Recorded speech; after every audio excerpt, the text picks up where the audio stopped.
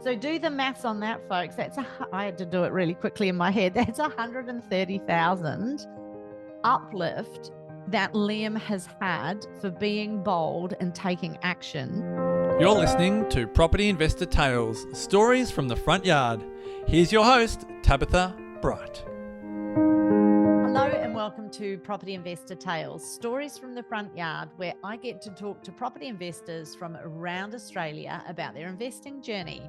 My name's Tabitha Bright and I'm head of coaching and advising here at Positive Real Estate, where we help people build wealth through property. This is an exciting episode, I think, because it goes to show you what you can do when you start early. And my guest today is Liam Monk. He's a young man. He started investing at 18 years old. He's had a phenomenal result, and I'm going to talk you right through it from woe to go. So enjoy this conversation with Liam. Hi, everyone. It's Tabitha here from Positive Real Estate, head of the coaching and advising team. Now, today we've got a bit of a special interview on the podcast. We have Liam. Welcome, Liam. How's it going? Thank you for having us. Fantastic. And his mum, Diane. Now, hi, Diane. I've asked Diane short notice to sit in because I thought it might be interesting from a mum's perspective and not to take away at all what Liam has achieved as a young man. So Liam is one of the unique breeds that we see from time to time here at Positive Real Estate that understand and start investing really early. And Liam would be one of the youngest investors that I have met. I've met a couple of other 18-year-olds, but Liam was 18 when he started investing. He's now 20 years old and recently just settled his first property. And so I wanted to invite Liam here today because we hear a lot about how hard it is for young people to get into the market, how hard it is to build that long-term wealth post-baby boomers. For us millennials, sorry, I'm not a millennial. I don't know why I'm saying that. I'm grouping myself in with younger people, us Gen Xers. I can't believe I shot my own Gen X team down. Millennials and so forth. You know, there is a lot of rhetoric around how hard it is for us in the market. And while there is truth to that, there is also still opportunity. And what I know, having coached people for over 16 years, is that opportunity often comes disguised as hard work. And Liam has certainly been committed to getting into the property market. And we're going to generously, because Liam's been prepared to share some of his personal information, we're going to talk through. You don't have to have a silver spoon. You don't have to, come from money to get in early. You just have to have a dedication and a great work ethic and a determination, and you have to be prepared to give some stuff up. And so, Liam, first of all, congratulations on your purchase. Thank you. Do you want to tell us a little bit about the property you purchased, where it is, what you chose, because it was off the plan purchase? Yeah, so it's a 4-bedroom townhouse that's in Pimpama. Pimpama, yep. Yeah, so it just got newly built as well. Yes. Got, like double car garage in it, 2.5 bathrooms as well. Nice. Yeah. So it's a townhouse and it's in Pimpama in Queensland, which is outer regions of Gold Coast, you could say, somewhere between Gold Coast and Yeah. In that stretch between Gold Coast and Brisbane, yeah? Yeah.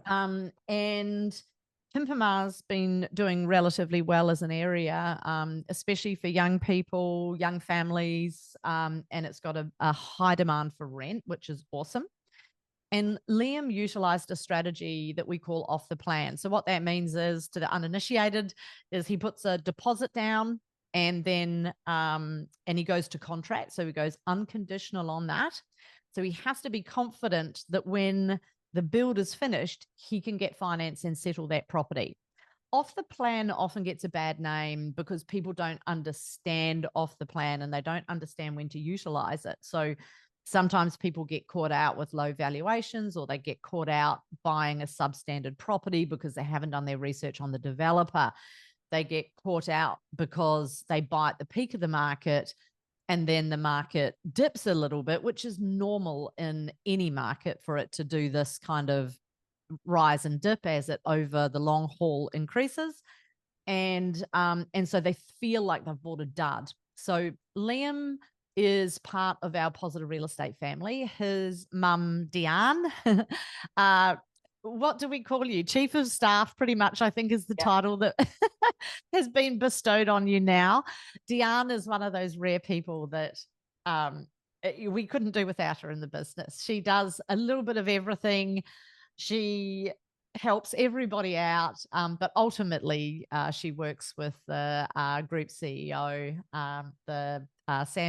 Jason Witten, Sam Saggers, our property CEO, and of course Shay Witten, who's one of the owners of the company as well. So she reports to them, and as an employee of Positive Real Estate, our families also get all of the benefits of coaching and mentoring as part of their salary package. So Liam gets to tap into all of the education, all of the experts, and of course the property deals, which is awesome. So Liam, I'm sure they want to hear from you, not hear from me just rabbiting on. Tell us, what did you purchase the property for? Yeah, so I bought it at the value of 620,000. Yep, so 620,000. And it was a 2-year off the plan, wasn't it? So you went to contract when you were 18? Yeah. And you put down a deposit. Did you put down 5 or 10%? 10%. 10%. So you put down $62,000. So we'll talk about that in a second, how you came by that. Yep. And then when you settled 2 years later, so once it had been built, you didn't have any ongoing payments while it was being built, because off the plan you don't have to keep paying. You just pay. You just settle at settlement, and then you have a mortgage. When you went to settle it, what did the valuation come back at? Someone came back at 680,000. 680,000. So that's a $60,000 increase. So while you've been out there playing basketball, working hard, living your best life, your property, even though you didn't have it in your hands, you've controlled a property in the market with going unconditional. That has been working for you in the background and made you another $60,000 on paper, which is freaking awesome. So congratulations. Now, Liam settled this property how long ago? 3 weeks ago. 3 weeks ago. And one just resold in the complex. And can you tell me what that sold for? Yeah, so one sold for 750. 750. Yeah. Wow. So do the maths on that, folks. I had to do it really quickly in my head. That's 130,000 uplift that Liam has had for being bold and taking action. And we'll talk about your income, what you do for work, how you have come up with the deposit in just a second. But 150,000 for a 20-year-old, that's a lot of money. I mean, it's a lot of money for anyone. I'd be quite happy if someone gave me 150,000. And I mean, how do you feel about that? You must feel amazing. Yeah, I feel great. Like so many young men of your age, you're very understated. Like if it was me and I was 20, I'd be bringing out the glitter pom-poms and raising the roof. But I get this. I get this must mean a lot for you. That 150,000, and kudos to you and your hard work. Now, tell me, we'll get onto the renting of it and how you're going to manage your money. But tell me about this deposit, because a lot of people are like, oh, yeah, but where does an 18-year-old come up with $62,000? So tell me about that. Yeah, so as soon as I graduated from school, and so it was straight working, pretty full on, like 5-6 days a week. Yep. So yeah, I work as a food and beverage captain at the Marriott in Surfers. Oh, yep. Yep. So yeah, just worked really hard straight out of school and saved up a nice chunk of money. Yep. Also had my parents also give me a nice present of 10,000 to put towards the house as well. That's wonderful. So that also helped a lot. Yep. Yeah. And so $10,000, Dee, I'm sure you were more than happy to help Liam out to get him across the line with that 10,000 when you saw his commitment, because, working 5-6 days a week on your feet, I understand you did extra shifts. Yeah, so I'd pick up shifts whenever I can and stuff. If I have a day off, I could always work more just to get more money. So Yeah, which yeah. is fantastic. And so you're making a deliberate choice, and this is what I really want to hone in for people, even people my age. I'm 55. Like, it is a commitment to change your trajectory with your wealth creation. And sometimes it means, I don't like the word pain, but I'll use the saying, short-term pain for long-term gain. And what's so impressive about Liam is his mindset at this age, because I can tell you, when I was 18, or actually just a little bit over 18, I inherited an amount. I inherited around $40,000, which back then was like probably the equivalent of receiving $80,000. And my mum said to me, Tab, do something decent with this. It's your opportunity to get into the property market. And understand, back then I was earning a wage. I was on a wage of $24,000 as an apprentice finished artist. And so $40,000 was a lot of money. I didn't have any money skills back then. I didn't understand money. I understood basic budgeting, but I didn't understand how to make money work for me. I wasn't particularly interested, to be fair. At that stage, I am sorry to say, I was all about having a good time and going out and partying hard, which I understand a lot of young people are in that place. And I get it. I totally get it. However, if we want to change our trajectory, the earlier we get into the market, for the sake of giving up a little bit today of lifestyle, we can make a massive difference. And what I was saying to Liam just before, and he assured me it was the plan, was that if he just picks up a couple more like this, holds them and pays down some debt, he could be retired in his 30s and never have to work another day. That's what's so crazy about this. And that it is achievable for so many people. So, Liam, I understand that Diane and Gary, your dad, gave you a gift of 10,000 grand. That's awesome. But that doesn't take away from the fact that you worked hard and saved 52,000 at a very early age for your deposit. And then you had to, I imagine, save for your stamp duty and everything else while the property was being built. Would that be correct? Yep. Yeah, so I was still saving throughout the time. Yep. I just do it as a normal sort of thing. It's not necessarily saving for one thing. It's just constantly saving. So it's just there when I need it, sort of thing. That's fantastic, because I hadn't learnt those skills. And to close the loop on what happened to the $40,000 that I inherited, I frittered it away. I frittered it away on partying, on living, and on clothes and having a good time. And while I certainly had a good time for about 12 months, I had nothing to show for it at the end of the day. And I remember the intense shame that went with that. It was such an awful feeling that I had lost an opportunity to do something sensible and I couldn't get it back, and I had nothing to show for it. And it really sat home hard with me.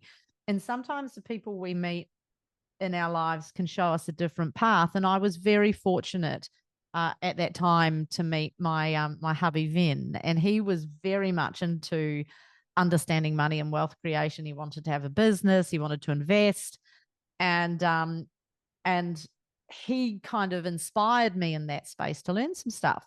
You've been fortunate to have, your mum and Gary and what they're learning through positive real estate and what you're able to tap into.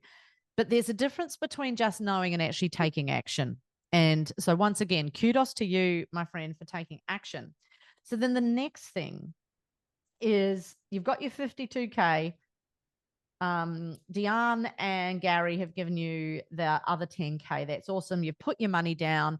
You're busy saving because you've got awesome saving habits, which is super important. Do you have a rule around how much you save out of your income, or you just save whatever you can? I usually try and put So I get paid fortnightly. I try and put half straight into a savings account and then Yep. just like not touch it. Yep. And then with the other half that goes towards like paying rent, fuel, food, that sort of stuff. And then if I Okay. have bonus extra sometimes, then I just put more into savings and yeah. That's impressive. Okay. So at least 50% of your income goes to savings. Yeah. And just so everyone's clear, Liam's given me permission to share his income. So he's on around 64,000 plus super, and then he picks up extra shifts. So, we're not talking about, once again, the silver spoon. Liam's just been very dedicated. And part of that has been giving up some stuff. So I was asking you, has it come at the expense of your lifestyle at all? Tell us a little bit about that. Yeah, so like there's obviously times where I could get invited to go out and stuff where I turn it down because it might be say like a public holiday where I can get paid more and it's worth it to work. Nice strategy. Yep. But then I also do have my fun, obviously. Like I worked in the Whit Sundays for a couple of months as well. So I was making money whilst also having a bit of fun and holidaying. That's awesome. So That's yeah, really cool. my plan for the coming time as well, where I'm going to be going to Canada, so I can work and have fun as well. Oh, And that's awesome. And so, it's really nice to hear that you're managing to mix work and play together a little bit, which is pretty cool. Hospo can be great like that, especially when you're young.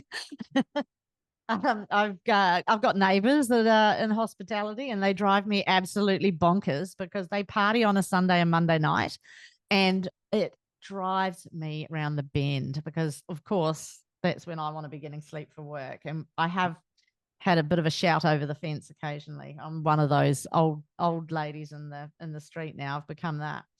But and so part of what is next for you is, we heard just then that you're looking at moving to Canada. And so you're going to work over in Canada, and I imagine you'll have a similar thing where you're saving some money while you're in Canada. And you're going to look at that for around 6 months to a year, depending on how you go. Then you've got some plans to do a bit of work in Europe and travel around Europe. Yep. So you're still able to maintain lifestyle and go and have adventures. This hasn't come at the expense of your life choices. You've just been very deliberate and disciplined about stuff. There's a really interesting podcast, and I think it's got a documentary called The Minimalists, and they talk about exactly what you're doing, Liam. And they made a whole podcast and business around it, where they say, don't just get caught up in consumerism and just spend your money like I did when I was your age. They say, be very deliberate about your choices. So spend your money, and don't be shy about spending your money on the stuff that really matters to you, but don't be unconscious about just frittering it away on shit. Oh, excuse my French. We'll have to put a little have to put a beep over that one. Maybe the content team can fix that for me. So once again, congratulations. Now, the next thing that's really interesting, and I want to show you guys some facts and data, because I'm going to pre-frame this. I want to show you how good the deal that Liam did actually is.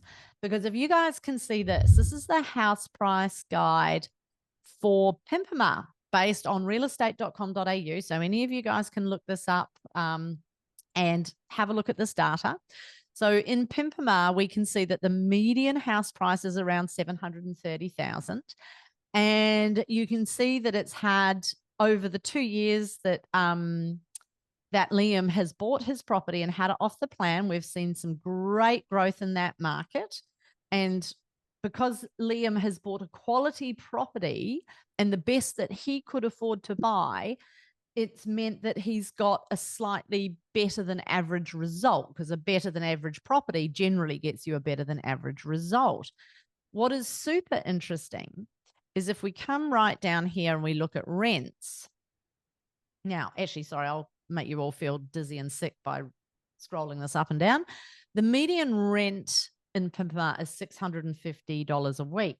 Now, Liam bought his property for $620.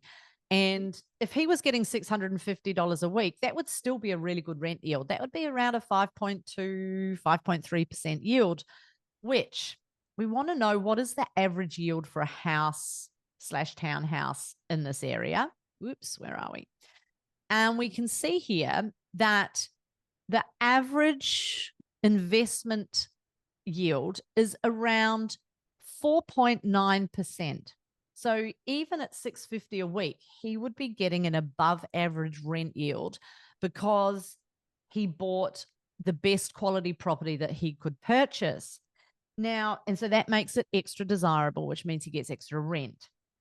The fabulous thing for Liam is that the rental market has continued to increase over the time he originally went to contract. So while he bought at 620, the average yield is now 4.9% on 730. And what that has meant for, if I just look at my notes here, what I've looked at, what that means for Liam is that your rent is, I know I wrote it down, $750 per week. So that's a $620,000 property renting. Well, when he purchased it, because we're going off his purchase price, not the market price, renting at $750 per week. That, guys, is massive. That is a 6.2% yield.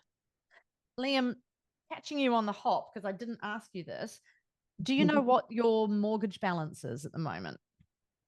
Roughly. No, I'd have to look. So it'd be roughly, you've only just settled, so it'll be 90% of 620. He did 585, I think. Minus 90. I should be able to do this in my head, shouldn't I? But now I'm panicking and choking, so bear with me. Minus 558. So you will have so you will have a debt of 558,000 that you're servicing.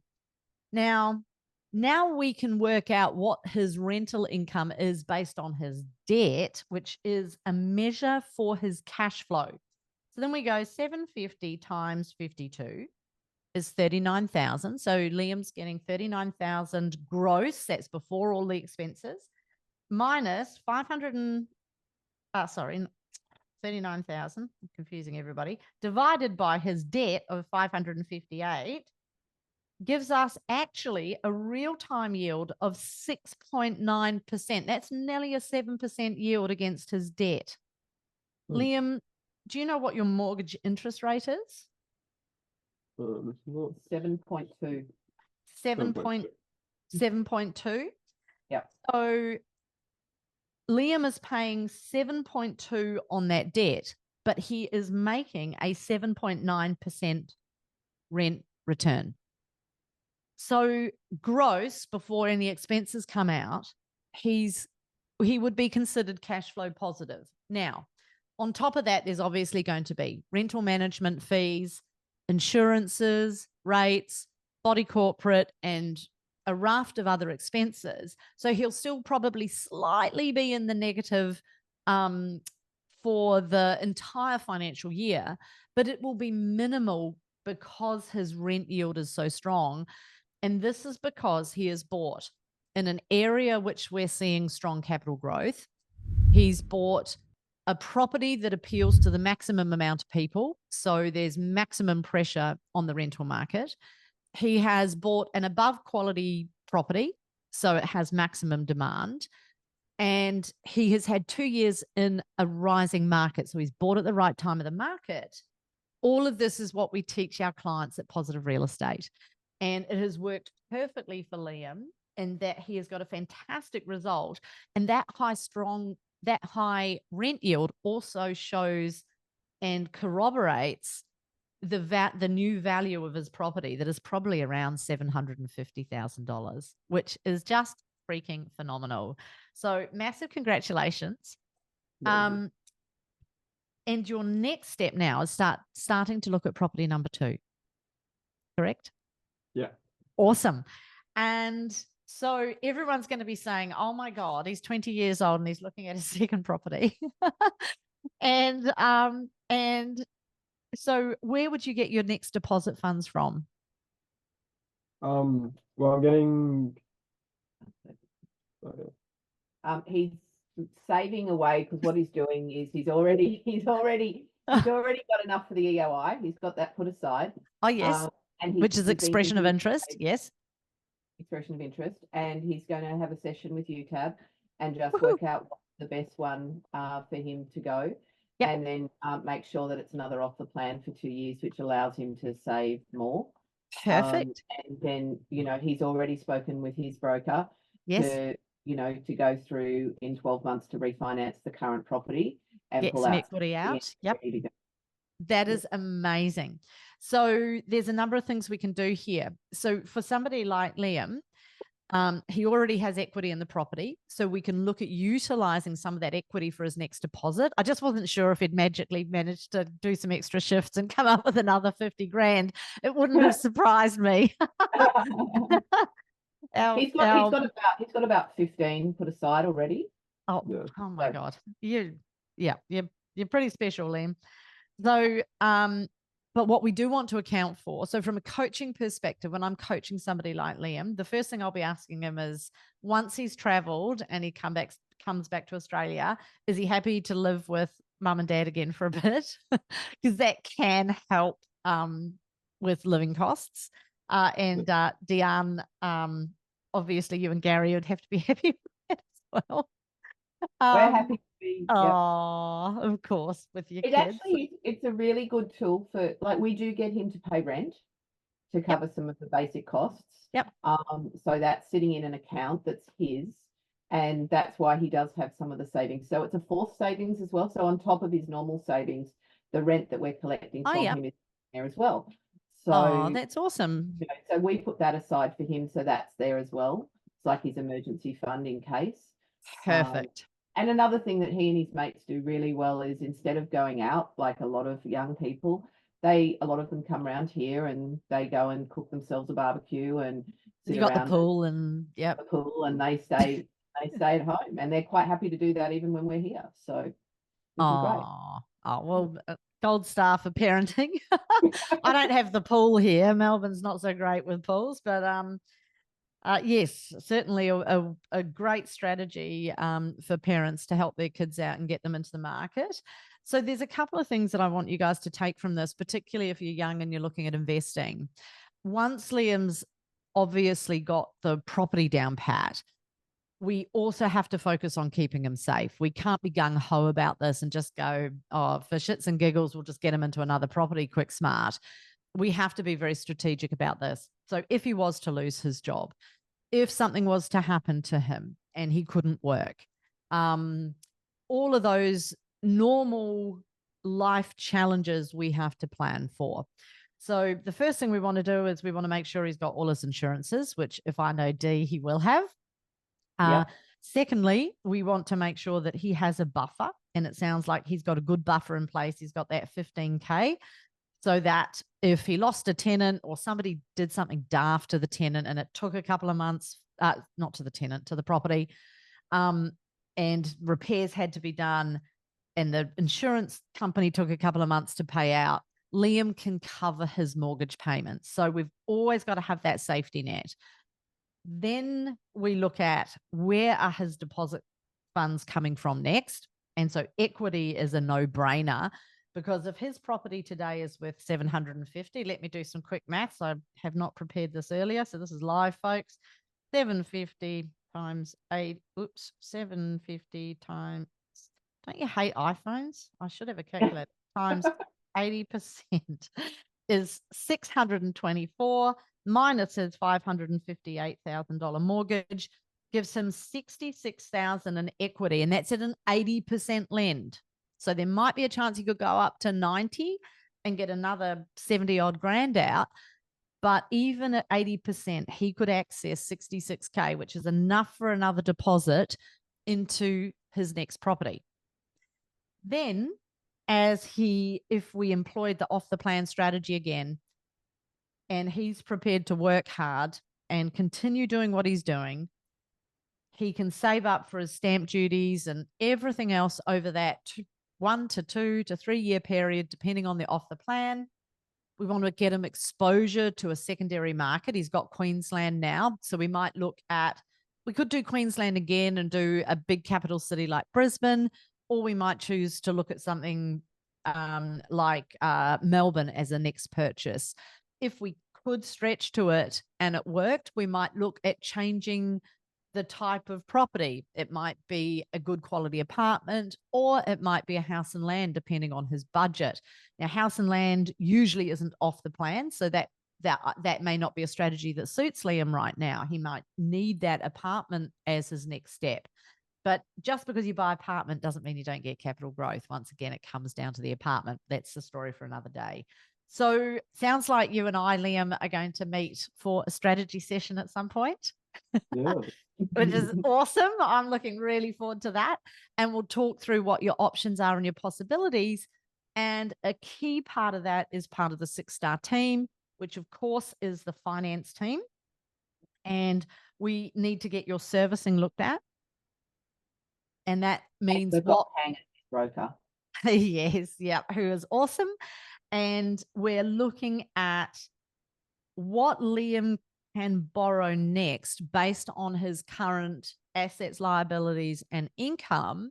And the wonderful thing is, because his rental income's so high and it's considered average for that market based on what he's purchased, that will go towards his income as well, which is fantastic. So not only does the mortgage get clocked up as a liability, but because he's got that awesome, strong rental income, it will actually add on to and support future borrowing for another property purchase.